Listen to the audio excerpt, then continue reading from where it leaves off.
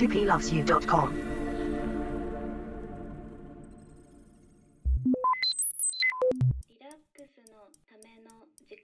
It's time to relax. It's time to find a quiet place. Close your eyes and drift away.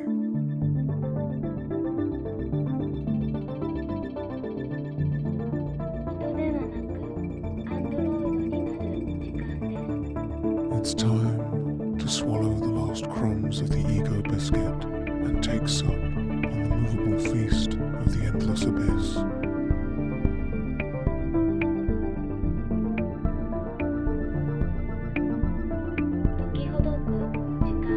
It's time to unravel. It's time for Tippy.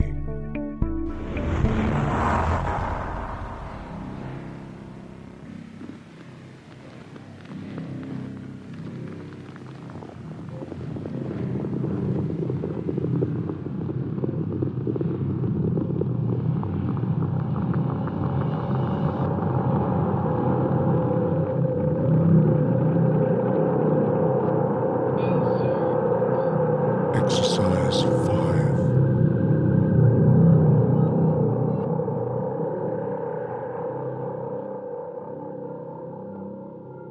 You find yourself gently easing open the door of a cozy, amber-lit bookshop, hidden like a hobbit home under the archway of a bridge.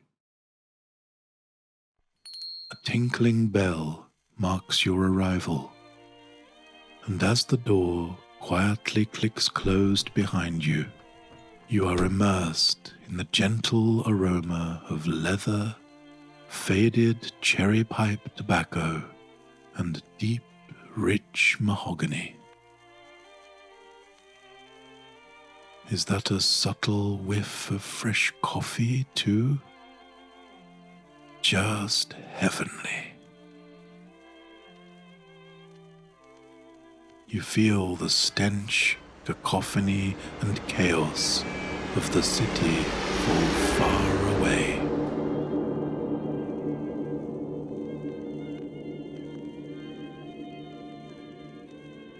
It's just you and these dusty shelves of books in this sumptuous sanctuary from the living hell of your dystopian existence.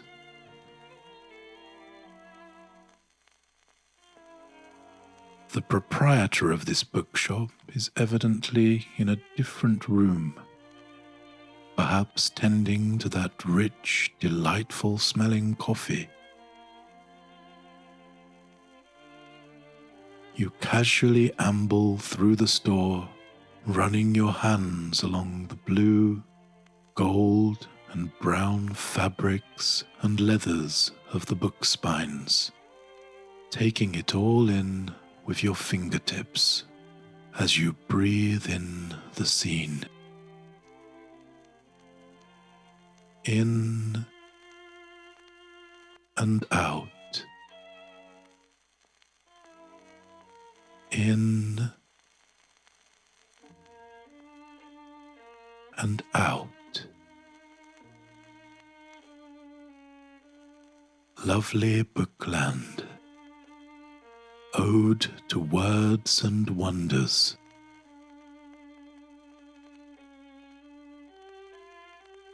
The shop is much bigger than you'd imagined. Set among the rounded Bierkeller brickwork arches are rows and rows of shelves, all heaving with rare and wonderful tomes. This is a haven for the better side of times passed by, a little protected cell of antiquity among the ruins.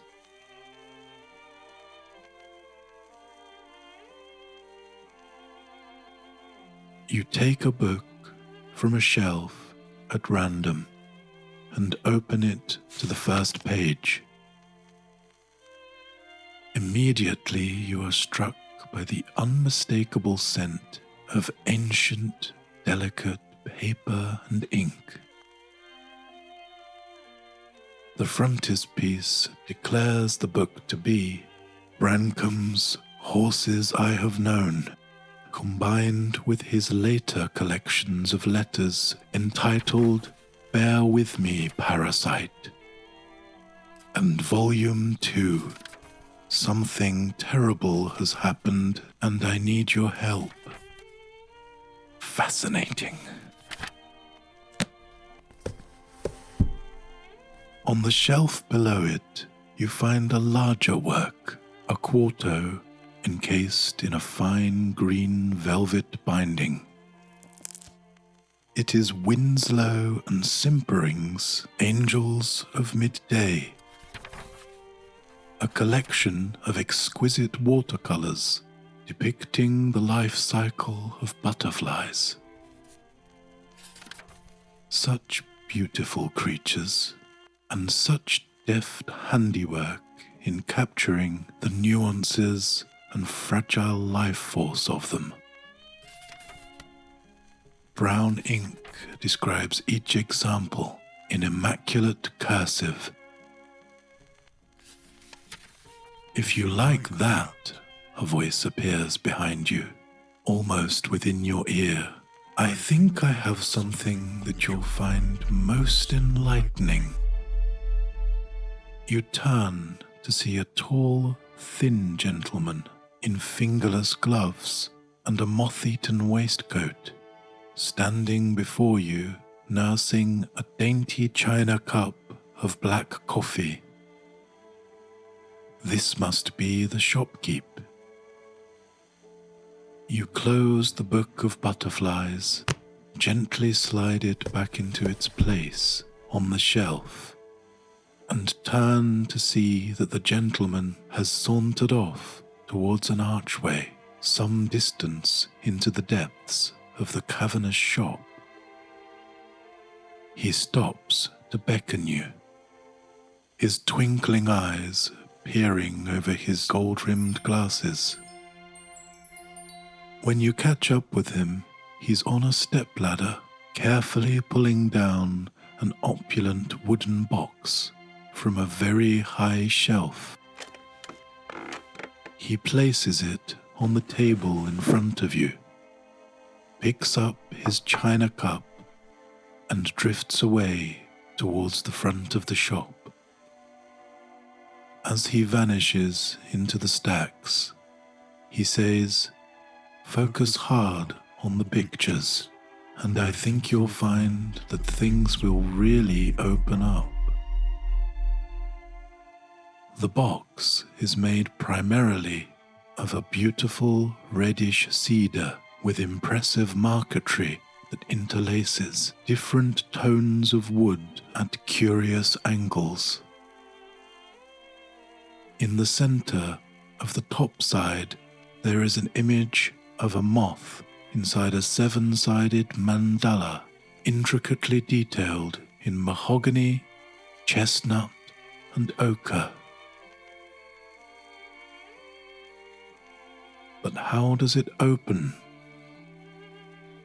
The image on the top is not a button, nor are there any other details that are raised from the body of the box. No handles, no hinges. You run your hands over the surface, trying to find a discrepancy that might open the puzzle. As you do so, a soft click releases a drawer at the front. It is very shallow, only an inch or two deep.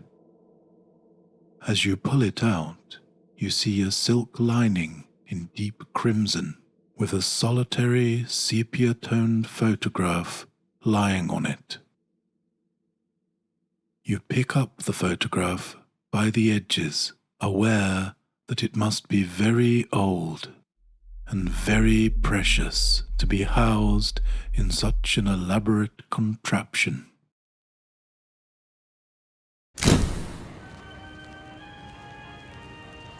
photograph, a smartly dressed family stands on a rocky beach with a lighthouse reaching up into the misty white sky behind them. It looks cold and windy. The center of the frame contains what appear to be a husband and wife.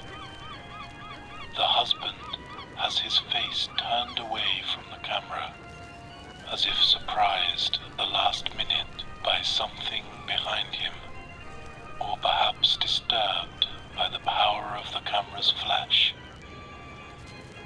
His wife has the dark and hollow eyes of one who has not known good sleep in weeks. Between them stands a small girl of 3 or 4 in a pinafore and black leather boots.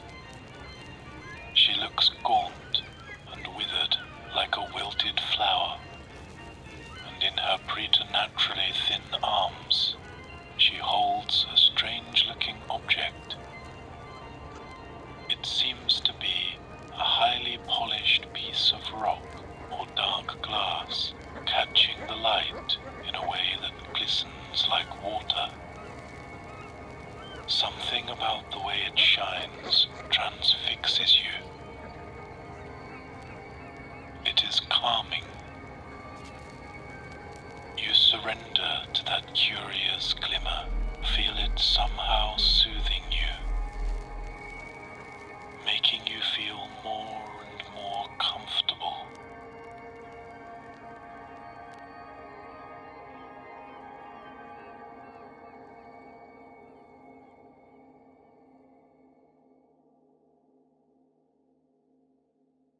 Whoops, you almost dozed off there. This is not the time or place to be napping. You tear your eyes from the object in the photograph and tuck the picture back into its drawer on the bed of crimson silk, and slide the drawer closed with a satisfying click.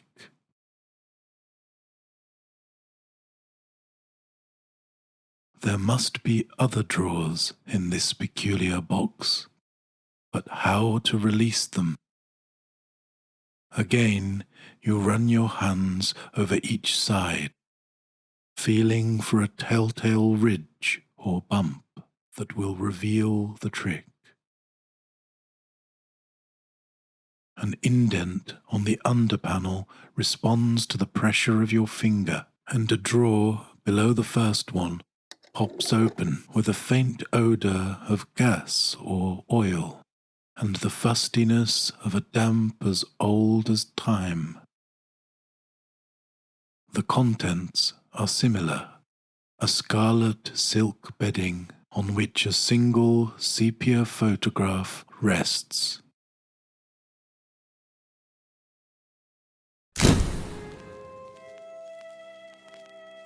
In this image, we see the same family in a round-walled room, perhaps inside the lighthouse of the first picture. It is dim and shadowy in parts, and blown out in others, distorted into this chiaroscuro by the flash of the camera. In the center of the image, the young girl is wrapped up cocoon-like in tightly tucked-in, starchy-looking bedding atop an iron-framed bed. She could only be a few months older than in the first picture. She looks even less healthy though, her skin pale, almost translucent, contrasting with her dark, sorrowful eyes. Her spindle-thin arms are outstretched to hold the hand of her mother on the right, her father on the left. Again, the father turns away from the camera, his face unseen. The strange crystalline object from the first picture is present again, this time sitting on the bed, atop the girl's stomach. The way the camera flash reflects on one of its sides makes the object appear to be embossed, like it's raised above the flat plane of the photograph, such that you have to touch it to be assured that this is an illusion and the image merely two-dimensional after all.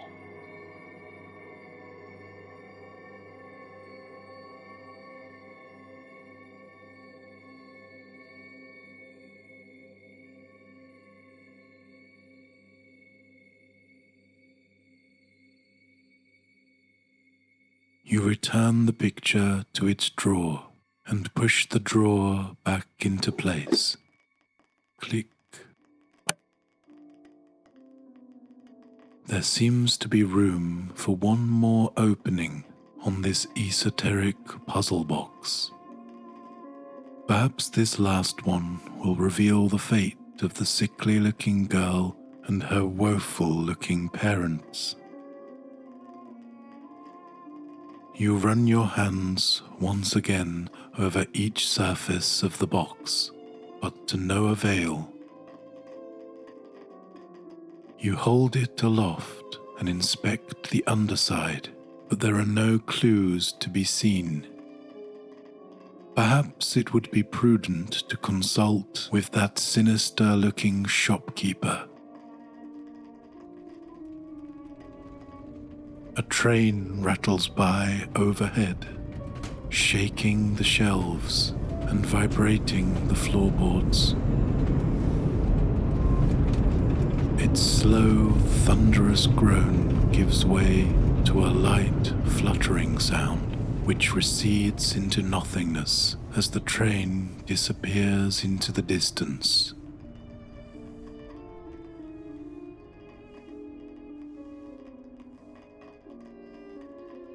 You try one last time, running the palms of your hands all over the box's 6 sides, when suddenly, ouch, a splinter has seemingly sprung from the top of the box and torn the skin on your hand.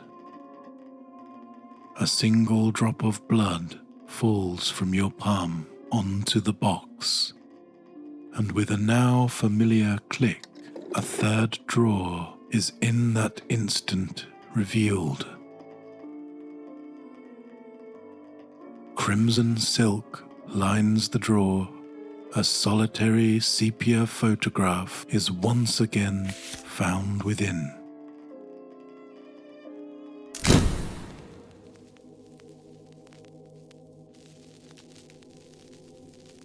This picture is much darker. A thick, ink-black vignette surrounds the border, as if threatening to consume the contents. We are within the rounded walls of the lighthouse again, but a different room. In place of the bed from the previous picture, there is a heavy-looking circular table, around which we see the family, alongside 2 other characters. Sadly, it seems that the little girl is no more.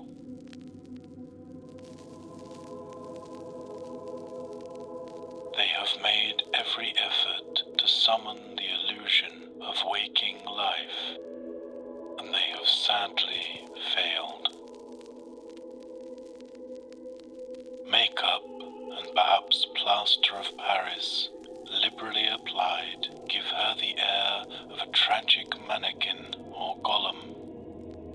Her tiny, frail body is propped up in a coffin, which in turn is propped up to give the impression that the girl is sitting at the table with her family. Again, the mother and father sat either side of her, each hold one of her now lifeless hands.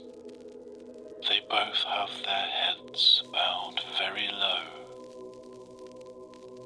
The father holds the hand of a diminutive woman on his right. She has white hair tied up in a bun and a dark dress and shawl which merge with the shadows in the corner of the picture. A slim gentleman to her right completes the circle, holding the mother's hand in his right.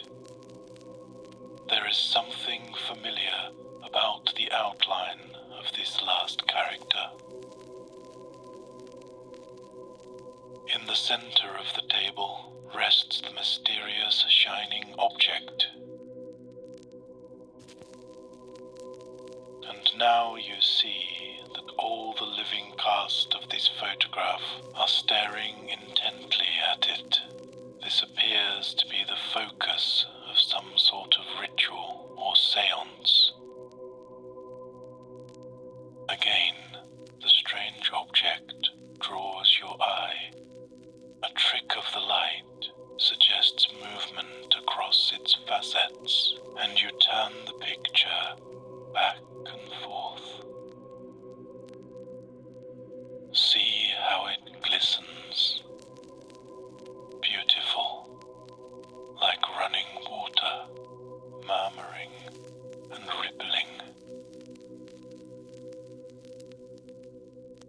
You feel again that immense sense of calm blossoming in your center like a wonderful flower, unfurling and flexing, freed from restraint, as if you have been tightly bound for many days, and now you are released and must fly away.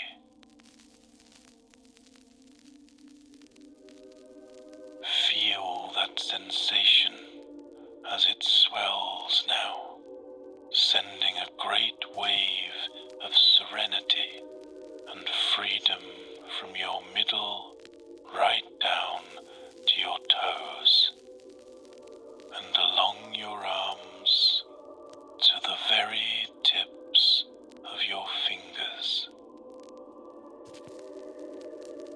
fizzing with tranquility. You feel you can just let go of everything.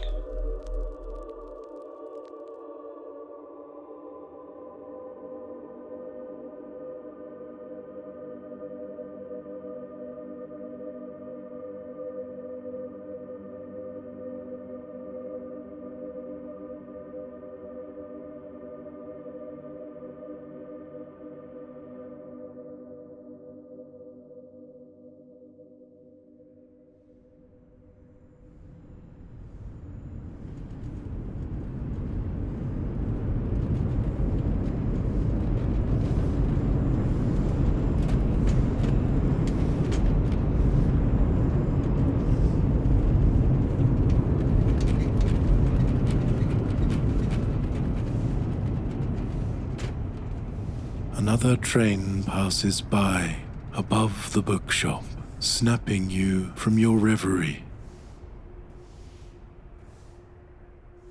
It's time to put away this bizarre box with these photographs and the sad story they tell. You replace the final photo in the bottom drawer and push it closed. This time, however, there is more than just one little click as the mechanism falls into place. There is a series of clicks and a sort of whirring, then a hum, like a giant fluorescent bulb warming up, springing to life. The mandala containing the moth insignia on the top of the wooden box gracefully rises an inch above the surface, then rotates, click, click, click, 180 degrees, and clicks once more, with a tiny plip. The lid of the box has unlocked. With a hand on either side of the lid, you lift it and cautiously peer inside.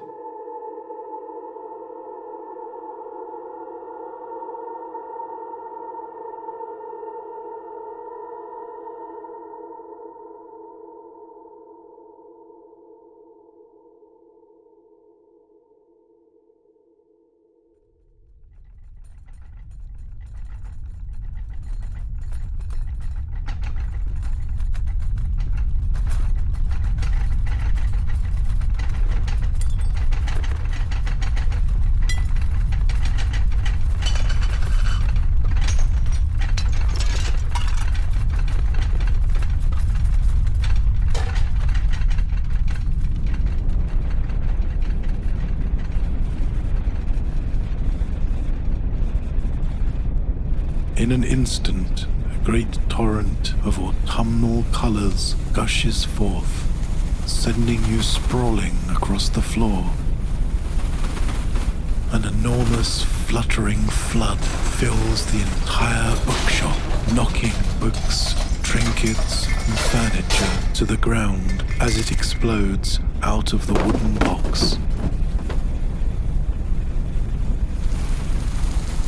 You take cover behind an old truck, shielding your eyes and ears from the torrent.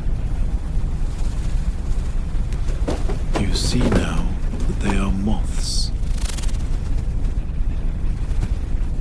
Moths in brown and red of every imaginable shade, some huge like hummingbirds, some tiny and little more than flies, are pouring out of the box and into the day, ripping through the shop and leaving the splintered front door hanging from one hinge. Endless moths. It's like a dusty explosion filling every part of the air, the cacophonous fluttering unbearable. And still they come. From where you are hiding, you see a few that have fallen out of the cascade, some smudged into golden glittery stripes across the wooden floor and Persian carpets, others flittering around on their backs, trying to right themselves and rejoin the deluge. Here, a small, pale brown one by your foot is inverted and shuffling along upside down on its wings. You extend your index finger and allow it to gain purchase. It is quite beautiful. Mottled sienna wingtips, antennae like miniature feathers. You watch as it launches from your finger and into the great unending mass of copper, bronze, and scarlet. You hear the front window of the shop shattering. The tide is relentless. The rate at which they pour from the small wooden box seems to be increasing by the second. The shop is in darkness now, blackened by the moth cloud. Will they fill the entire world? They have become so numerous that they start to collide with you, hidden in your corner. At first brushing against your face, your eyes, your mouth. Then, as the rate of emergence continues to escalate, painfully slamming against your skin, pelting you like hailstones, forcing you to cover your face and tuck deeper into the corner. head between knees, eyes closed tight against the ceaseless swarm